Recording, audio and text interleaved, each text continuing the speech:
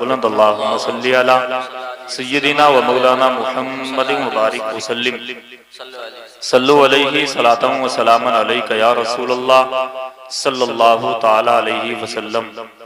सरे महफिल करम इतना मेरे सरकार हो जाए, सरे महफिल करम इतना मेरे सरकार हो जाए, निगाहें मुंतजिर रह जाएं और दीदार हो जाए। निगाहें मुंतजिर रह जाएं और दीदार हो जाए, और गुलामे मुस्तफ़ा बनकर मैं बिक जाऊं मदीने में। गुलामे मुस्तफ़ा बनकर मैं बिक जाऊं मदीने में, मुहम्मद नाम पर सौदा सरे बाजार हो जाए। मुहम्मद नाम पर सौदा सरे बाजार हो जाए। बड़ी तवज्जो के साथ आप हजरात मेरी चंद बातें समाअत करें। इस परफितन दौर में, आज इस दौर में जिन हालात से हम और आप गुजर रहे हैं, अगर हम गौर व फिक्र करेंगे तो तरक्की तो बहुत ज्यादा है। मशीनरी भी पहले के दौर के हिसाब से बहुत ज्यादा है, लेकिन परेशानियां, दिक्कतें, उलझने, तकलीफें, अगर इन चीजों पर गौर करेंगे तो ये भी पहले इतनी नहीं थी, अब ज्यादा। पहले के लोग अपने हाथों से काम और काज ज्यादा किया करते थे, मशीनरी इतनी नहीं थी, फिर वो सुकून से रहा करते थे, जिंदगी अच्छी गुजारा करते थे। उनके सामने ज्यादा परेशानियां, ज्यादा दिक्कतें नहीं आया करती थी।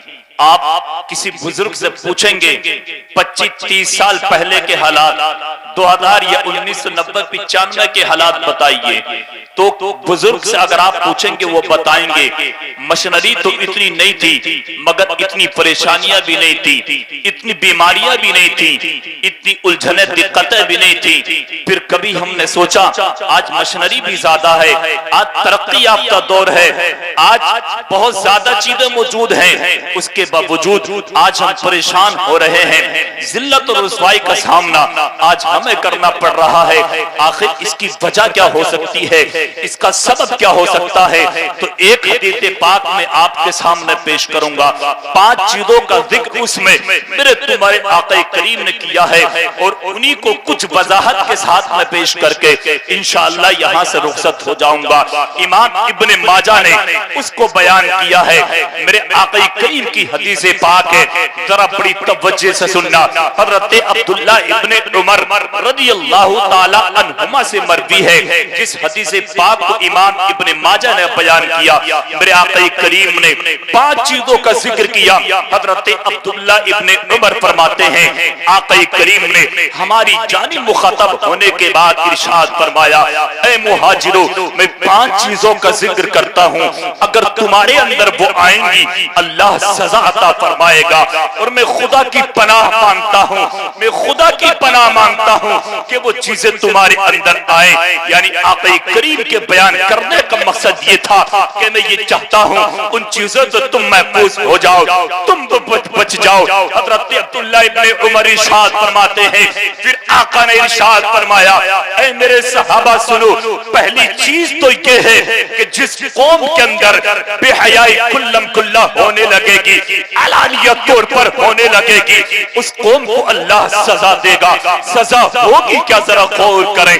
मेरे मुस्तफा ने इरशाद फरमाया, जिस कौम के अंदर बेहयाई कुल्लम कुल्ला होगी, अलानियत तौर पर होने लगेगी, अल्लाह सजा ये देगा, या तो ताउन की बीमारी में उस कौम को गिरफ्तार कर देगा, या ताउन की बीमारी नहीं होगी तो नई नई ऐसी बीमारियां उस कौम के अंदर पैदा हो जाएंगी।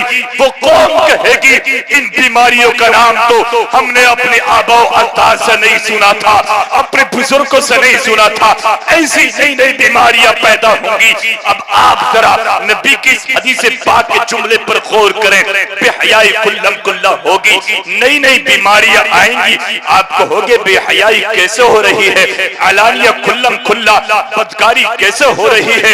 आज दुनिया का जायजा लें, तारीख उठा करके देखें तो आज फैक्ट्री, कारखाना, क्लब, कारखानों तक, कॉलेजों तक आज बेहयाई आम होती चली जा रही है। मेरी तुम्हारी बहन बेपर्दा घूम रही है, बेहयाई नहीं है तो क्या है? आज होटल, दुकानों, मकानों में खड़े होकर हम खाना खा रहे, बेहयाई नहीं है तो क्या है। आज माँ बाप बच्चों के सामने गालियां दे रहे हैं, बेहयाई नहीं है तो क्या है। आज हम नाच गाना देखते हैं, बेहयाई नहीं है तो क्या है। आज हम डांस पार्टियां अय्याशी बदकारियां मक्कारियां करते हैं, मेरे भाई बेहयाई नहीं है तो क्या है। कितनी चीजें ऐसी हैं जो मैं आपको गिनाऊंगा, उनसे बेहयाई नजर आती है। और एक तारीफ तुमने जो उलमा ने की है बेहयाई की, बेहयाई कहते किसको है, शर्म किसके अंदर नहीं होती। उलमा फरमाते हैं जो काम अल्लाह उसके रसूल की नजरों में नापसंद हो या आवाम की नजरों में भी नापसंद हो, अगर कोई काम इंसान ऐसा करता है बेहयाई है, बदकारी है, पता ये चला मेरे तुम्हारे अंदर अगर बेहयाई आएगी, बदकारी आएगी खुल्लम खुल्ला अलानिया तौर पर, तो नई नई बीमारियां भी आएंगी, ताउन की बीमारी में गिरफ्तार भी होंगे, नई नई बीमारियां भी पैदा होंगे।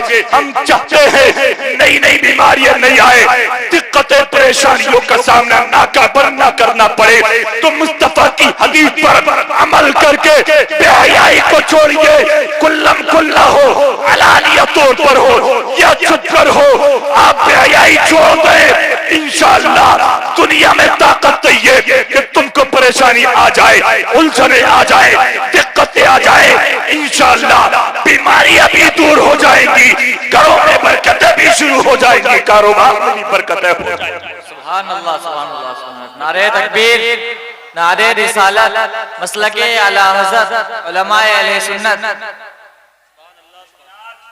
हमारे अंदर बेहयाई आम हो रही है कि नहीं हो रही। अगर मैं इसकी तफसील से अगर इस बात को बयान करूं तो सिर्फ इसी में वक्त गुजर जाए। आप सब जानते हैं, और ये बेहयाई खत्म ऐसे नहीं होगी, ये बेहयाई खत्म होगी दीनी तालीम से। जब तक मेरे तुम्हारे बेटे बेटियों के अंदर दीनी तालीम आएगी नहीं, उस वक्त तक मैं ये समझता हूं बेहयाई खत्म नहीं हो सकती, ये आलानिया तौर पर बदकारियां खत्म नहीं हो सकती। आपने देखा होगा डॉक्टर, मास्टर, इंजीनियर, वकील, प्रोफेसर कोई भी हो, हालांकि इन डिग्रियों से इनकार नहीं करता, अल्लाह तौफीक दे तो अपने बच्चों को डिग्रियां दिलाई, बल्कि मैं तो ये कहता हूं अल्लाह अगर तौफीक दे तो आप अपने बेटों के हाथ में ऐसा कलम दीजिए, ऐसा कलम दीजिए कि अल्लाह तुम्हारे बेटे के कलम की नोक में वो ताकत पैदा कर दे, वो ताकत पैदा कर दे कि कहीं इस्लाम पर उंगलियां उठाई जाए तो तुम्हारा बेटा अगर सरकारी कुर्सी पर बैठा है, हिंदुस्तान के कानून के दायरे में रहते हुए अपने कलम के जरिए मदद इस्लाम की हिफाजत फरमाए। बच्चों के हाथ में ऐसे ऐसे कलम दीजिए, मैं मना नहीं करता, लेकिन हो सकता है आपका बेटा डॉक्टर हो, बाप करीब में आए तो आपका बेटा इस्तेमाल के लिए खड़ा ना हो, मास्टर हो तो खड़ा ना हो, इंजीनियर हो तो खड़ा ना हो, मगर आप भी इंशाअल्लाह इस बात को कहेंगे अगर बच्चा हाफिज कुरान आलिम दीन है और बाप या माँ आएंगे तो इंशाअल्लाह वो इस्तेमाल के लिए खड़ा हो। वो जानता है माँ बाप की अहमियत को, तो ये बेहयाइयां खत्म होंगी तो जब होंगी जबकि बच्चों को हम दीनी तालीम देंगे, बच्चों को दुनियावी तालीम के साथ साथ हम दीनी तालीम दिलाएंगे तो इंशाअल्लाह ये बदकारियां बेहयाइयां खत्म हो जाएंगी। और जो सजा करीम ने हमें और आपको इरशाद फरमाई कि नई नई बीमारियां पैदा होंगी अगर बेहयाई आएगी, तो वो बीमारियां भी इंशाअल्लाह दूर हो जाएंगी। दूसरी चीज मेरा आका ने इरशाद फरमाई, सहाबा सुनो, जो कौम नाप तोल में कमी करेगी, डंडी मारना जिसे कहते हैं, और आप नाप तोल में कमी, आका ने फरमाया अल्लाह उस कौम को 3 सजाएं देगा। कितनी? 3 सजाएं। आज हम बड़ी आसानी से कहते हैं यार हालात बड़े खराब हो गए, हालात बड़े खराब हैं, क्या करें, कहीं हुक्मरान सता रहे, कहीं फला जुल्म करता, फला जुल्म करता। मैं कहता हूं हालात खराब नहीं है, पहले अपने गिरबान में झांक कर देखें आप, पहले अपने अमाल पर गौर करें आप। 3 सजाओं का जिक्र किया, कब? जब कौम नाप तोल में कमी करेगी, डंडी मारेगी। आज देख ले घर से लेकर बाजार मार्केट तक, मैं सबको नहीं कहता इल्ला माशाअल्लाह, मगर डंडी मारी जा रही है।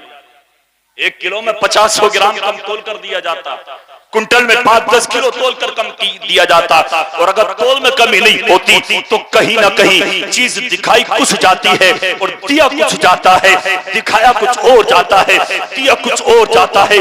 आज हम तो इतने गिर गए, कहीं कहीं किसी की मजबूरी अभी खरीदने की कोशिश करते हैं। अगर किसी की बेटी की शादी हो, वो जमीन बेचने चले, हम सोचते हैं अगर कीमत 50 लाख की भी है हम 40 लाख लगाएंगे।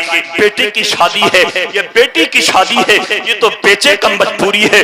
मैं कहता हूं जिस दिन आपके अंदर ऐसी आदतें पैदा हो गई, आप दूसरों की मजबूरियां खरीदेंगे तो आपको कामयाबियां नहीं मिल सकती, आप कामयाब कभी नहीं हो सकते। आप मजबूरी मत खरीदिए, आप सामान खरीदिए। कसम खुदा की तारीख का एक फर्क मैं आपके सामने पेश करता हूं।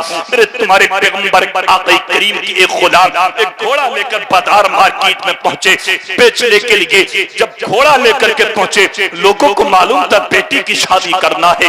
हजरात वो घोड़ा 700 की कीमत का था। आपने जाने के बाद कहा मैं 700 में बेचूंगा। पता था लोगों को बेटी की शादी करना है, मजबूरी में बेचने के लिए आए हैं, कम कीमत में भी देंगे। किसी ने 400 लगाए, किसी ने 500 लगाए, मगर 700 का किसी ने न खरीदा। सुबह से शाम होने के करीब थी, मेरे नबी के दूसरे गुलाम आ गए। जैसे उनके पास पहुंचे, पूछा घोड़ा बेचेंगे? हाँ बेचूंगा। कहा कितने में? कहा 500 दे दो, मैं घोड़ा बेच दूंगा। उन्होंने कहा कीमत तो 700 तक की है, तुम 500 में क्यों बेचने को कह रहे हो, 500 में देने को क्यों कह रहे हो? कहा था सुबह से शाम हो गई, 700 बताए थे, कोई खरीदने तैयार नहीं था। मुझे बेटी की शादी करना है, बेचना जरूर है, मैंने इसलिए कह दिया कहीं ऐसा ना हो आप भी वापस चले जाए, ये घोड़ा मेरा न बिक पाए। मैं बेटी की शादी कैसे करूंगा, घर से रुखसत कैसे करूंगा? कसम खुदा की ये जो खरीदार आए थे ये कोई दुनियादार नहीं था, मदीने के ताजदार का गुलाम था, वफादार था। कहने लगे मैं तुम्हारी मजबूरी खरीदने नहीं आया, मैं घोड़ा खरीदने आया हूँ। कीमत 700 की है, मैं 700 दूंगा, क्योंकि मुस्तफा ने फरमाया है अगर खरीदना है तो मजबूरी मत खरीदना बल्कि लोगों के सामान। सुभान अल्लाह, सुभान अल्लाह। तो लगाई आज हम मजबूरियां खरीद रहे हैं, मजबूरियां है क्या नहीं? ऐसा मौका देख रहे, मौका कि कहीं किसी को जरूरत हो कोई चीज बेचेगा तो खरीदेंगे, पैसे कम लगाएंगे। आज हमारी आदत ऐसी हो गई, तो मुझे बताइए फिर कामयाबी कैसे मिल सकती है? फिर आका ने फरमाया जो कौम नाप तोल में कमी करेगी सजाएं 3 मिलेंगी। वो सजाएं होंगी क्या? अब गौर करें, आका ने फरमाया एक तो कहद साली पड़ जाएगी। कहद साली, कहद साली किसको कहते हैं? ये उलमा तशरीफ फरमा। कहद साली कहते हैं खाने पीने की चीजों में कमी हो जाना। मुझे बताओ खाने पीने की चीजों में कमी है क्या नहीं है? अमा हमारे खेतों में अगर 1 बीघा में 2 कुंटल पैदा होना था तो अब कहां पैदा होता 2 कुंटल? 1-1.5 कुंटल पैदा होता, 3 पैदा होना था तो 3 नहीं होता। आका ने फरमाया कौम नाप तोल में कमी करेगी, 3 सजाएं मिलेंगी। एक तो ये होगी कि उस कहद साली पड़ जाएगी, दूसरी सजा ये होगी रोजगार की तंगी हो जाएगी, कौम को रोजगार नसीब नहीं होगा, रोजगार नहीं मिलेगा। आज हर एक नौजवान कहता नजर आता है मौलाना रोजगार नहीं है, कमाते हैं पैसा हाथ में नहीं रुकता, रोजगार आज मिलता नहीं है। मेरे आका ने तीसरी सजा इरशाद फरमाई, तीसरी सजा ये मिलेगी कि जो हुक्मरान होंगे, जो बादशाह होंगे, अल्लाह उनके दरगे कौम को सजा दिलवाएगा। 3 सजाएं नाप तोल के कमी करने पर मिलेंगी। एक तो कहद साली पड़ेगी, रोजगार की तंगी होगी, बादशाहों के जरिए जुल्म किया जाएगा। मैं समझता हूँ आज ये तीनों सजाएं आज हमको मिलती नजर आ रही है। कहद साली भी है, रोजगार की तंगी भी है, बादशाहों के जरिए आज हम पर जुल्म भी हो रहा है। मेरे भाई हम चाहते हैं हुक्मरानों का जुल्म हम पर न हो, रोजगार की तंगी न हो, रोजगार हमें खूब मिले, कहद साली ना पड़े। तो नबी के फरमान पर अमल कर लो, नाप तोल में कमी करना छोड़ दो, पूरा तोलना शुरू कर दो, रोजगार भी आबाद हो जाएगा इंशाअल्लाह। बादशाहों के जुल्म के जरिए भी तुम महफूज हो जाओ। सुभान अल्लाह, सुभान अल्लाह। पहले अमल हमें और आपको करना, पहले अमल हमें और आपको करना है। जब तक हम और आप अमल नहीं करेंगे कामयाबी नहीं मिल सकती। मैं तेजी से बताऊं एक तीसरी चीज आका ने फरमाई, जो कौम माल की ज़कात नहीं निकालेगी, जो कौम माल की ज़कात नहीं निकालेगी, अल्लाह उस कौम को सजा क्या देगा, जरा सुने। आका ने इरशाद फरमाया, आसमान से अल्लाह ताला बारिश बिल्कुल रोक देगा। और आका फरमाते अगर जानवर ना हो, जानवर उस कौम के अंदर तो अल्लाह कभी बारिश डाले ही नहीं, और अगर डालेगा तो इतनी डालेगा कि वो बारिश उनके लिए आफत बन जाए। अच्छा, ये चीज भी है कि नहीं है, मुझे बताओ। है क्या नहीं? और अगर आप ज़कात का मामला देखो तो मुझे लगता है 95% लोग ज़कात से बिल्कुल साफ नजर आएंगे। ऐसा लगता है उन पर ज़कात फर्ज है ही नहीं, और कमा भी खूब रहे, बिल्डिंगें भी खूब बन रही हैं, और मशीनरी भी खूब खरीद रहे हैं, और ज़कात देने को तैयार नहीं। देखिए, जब तक हम अल्लाह से तिजारत नहीं करेंगे, जब तक कारोबार में बरकत नहीं हो सकती। अल्लाह से तिजारत, लोग कहते हैं कारोबार नहीं चलता, तवीज दे दो तवीज। अगर तवीज से कारोबार चलता तो सबसे पहले मालदार महीना बन जाता, तो वो तावीज बना लेता अपने लिए सबसे पहले। आपको देने के बारे में तो सोचता दूं क्या ना दूं, है? हाँ, इस दौर में हसद भी बहुत आम होता चला जा रहा है, हसद। और ये सिर्फ बेपढ़े लिखों में नहीं है, पढ़े लिखों में भी आम होता चला जा रहा हसद। और ये हसद आज नया नहीं है ना, ये तो पहले के दौर से चला आ रहा। और आज इतने हालात खराब नहीं है जितने गौसे आदम के दौर में हालात खराब थे। अगर इजाजत हो तो थोड़े से बता दूं गौसे आदम के दौर में हालात कैसे थे।